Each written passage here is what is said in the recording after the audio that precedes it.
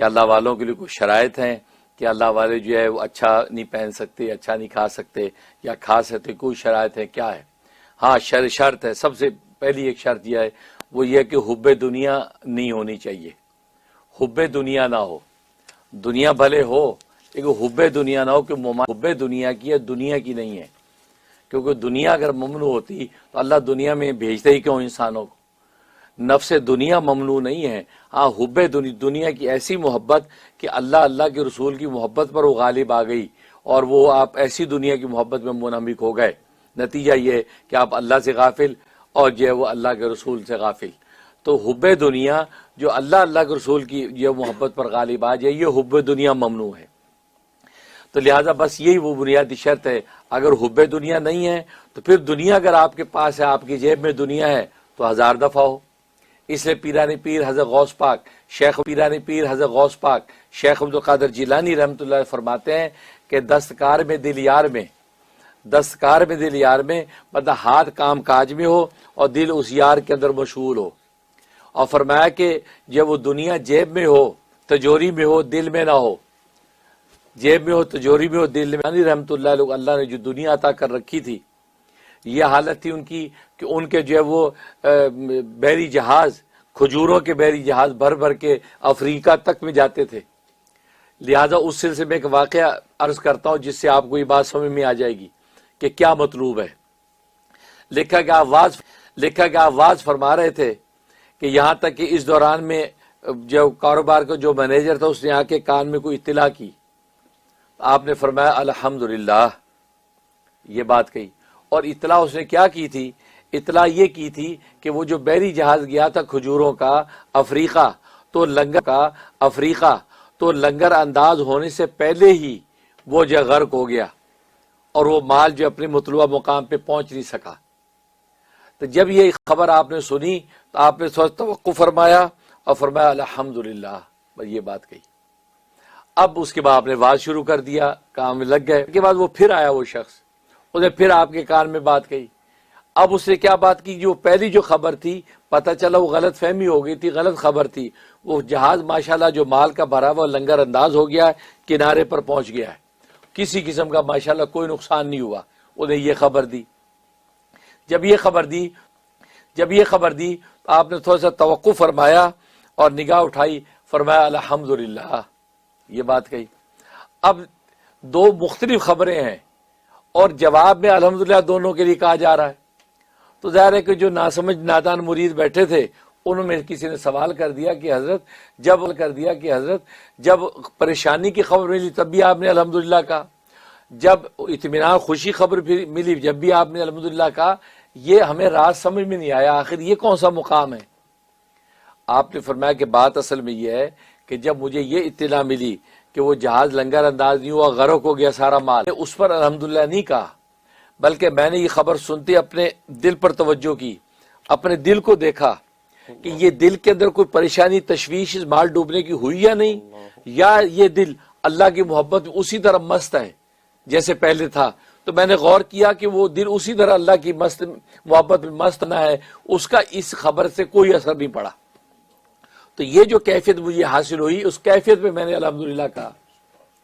پھر تھوڑی دیر کے بعد جب خبر آئی کہ مجھے کہا گیا کہ بھئی وہ تو خیریت سے جہاز پہنچ گیا، تو اس خیریت پر میں نے الحمدللہ نہیں کہا، میں نے اپنے قلب کو نوٹ کیا کہ اس خبر کی وجہ سے قلب کے اندر کوئی خوشی کے آثار پیدا ہوئے، یا قلب اسی طرح اللہ تبارک و تعالیٰ کی محبت میں مشغول ہے۔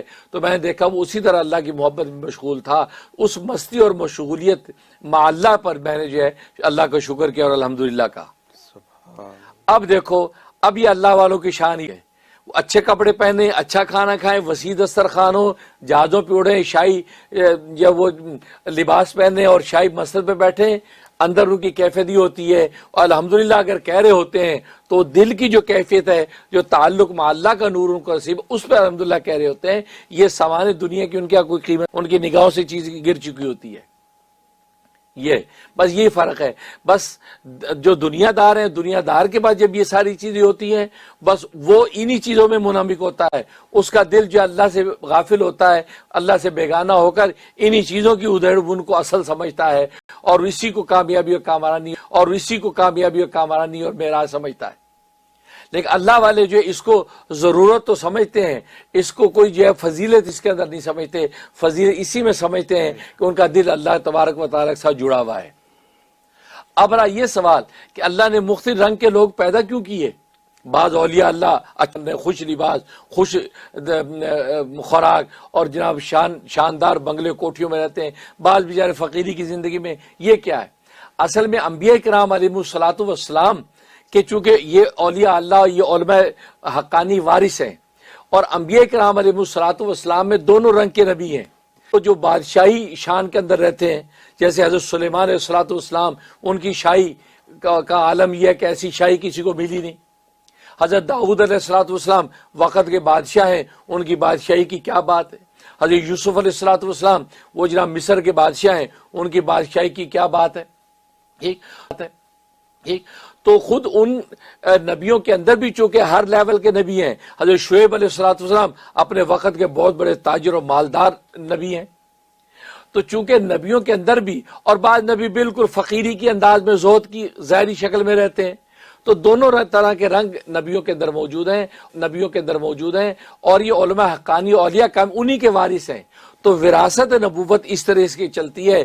اللہ اپنے ولیوں کے اندر بھی بعض کو اسی ٹھاٹ اور شان والا بناتے ہیں، بعض کو اس زہد والا بناتے ہیں، تاکہ ان نبیوں کی وراثت کا حق آگے ادا ہوتا رہے اور آنے والے انسانوں کو یہ پتہ چلتا رہے، تعلق قائم کیا جا سکتا ہے. اللہ سے غفلت کا ذریعہ یہ چیزیں نہیں بن سکتی.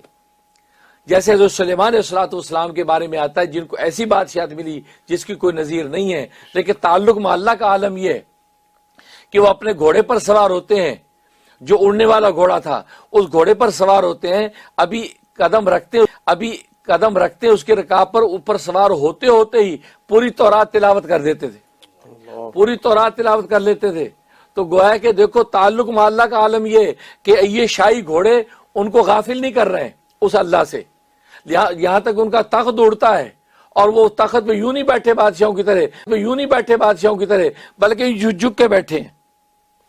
تو فرشتوں نے پوچھا رب ذوالجلال، یہ تیرا بندہ سلیمان کتنا عظیم الشان بادشاہ ہے، بادشاہ تو گو تکیوں سے ٹیکے لگا کے یوں بیٹھتے ہیں، اور یہ تیرا بندہ جیسے ہی شاہی یہ تخت اڑتا ہے اور یہ یوں جھک جاتا ہے. یوں ہونے کے جھکتا کیوں ہے؟ تو اللہ تبارک و تعالی فرمایا، اے میرے فرشتوں، سلیمان کے اس جھکنے نہیں تو اس کو بلند کر دیا. یہ جھکنا ہی تو اس کی بلندی کا ذریعہ بنا ہے کہ اتنی بڑی بادشاہت لے کر بھی وہ جب اڑتا ہے تو اس کو مجھے ہی، میری ہی حضوری میں رہتا ہے، وہ میری شان دیکھتا ہے تو اس کو اپنی عظمت ہیج نظر آتی ہے اور سر جھکا دیتا ہے. میں کیا، میری بادشاہی کیا اس بادشاہوں کے بادشاہ کے سامنے.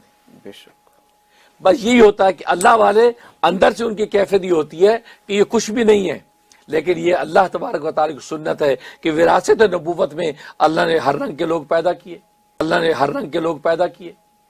اب رہا نبی کریم صلی اللہ علیہ وسلم، وہ ان کا یہ انداز، آپ کا اوورآل انداز یہی ہے کہ آپ سادگی ہے، آپ کی جو زہد ہے، غربت ہے، فاقے ہیں. اس کی وجہ کیا؟ حالانکہ آپ کے پاس وہ خزانے تھے جو پہلے نبیوں کو بھی ایسے خزانے نہ ملے ہوں. اس لیے لکھا ہے کہ یہ آپ کا جو فقر و فاقہ تھا یہ اختیاری تھا، اضطراری نہیں تھا. آپ نے اپنے اختیار سے اس کو قبول کیا تھا اور کہا تھا کہ اللہ میں مسکینوں کی طرح رہنا چاہتا ہوں اور مسکینوں کی طرح مرنا چاہتا ہوں اور کل روز قیامت مسکینوں کے ساتھ حشر چاہتا ہوں. خود آپ نے اختیار کیا تھا یہ، ورنہ سارے خزانے کی کنجیاں آپ کو اللہ تبارک و تعالیٰ دے رکھی تھی، لیکن آپ نے خود اختیار کیا.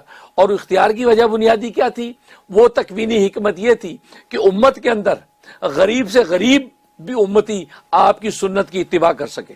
سبحان اللہ. اگر آپ مالدار ہوتے تو